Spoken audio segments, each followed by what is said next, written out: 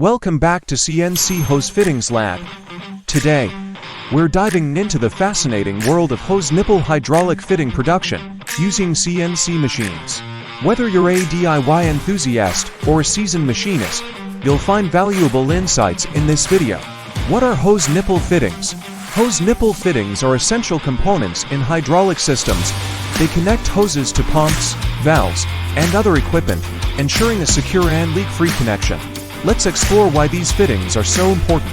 CNC machining stands for Computer Numerical Control. It involves using computer software to control machine tools. This technology allows us to produce highly precise components efficiently.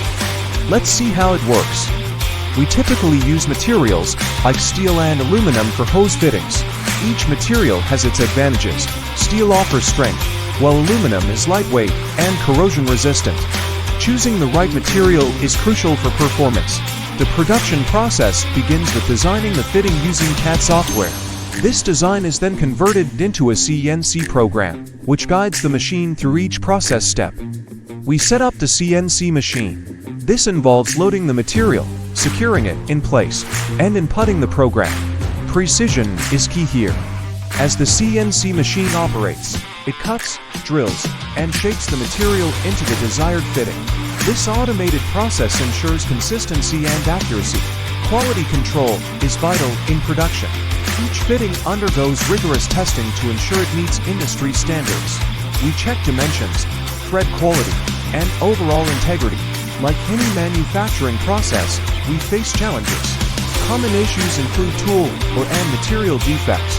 However, with proper maintenance and regular inspections, we can minimize these problems. And there you have it, a step-by-step look at how hose nipple hydraulic fittings are produced using CNC machines.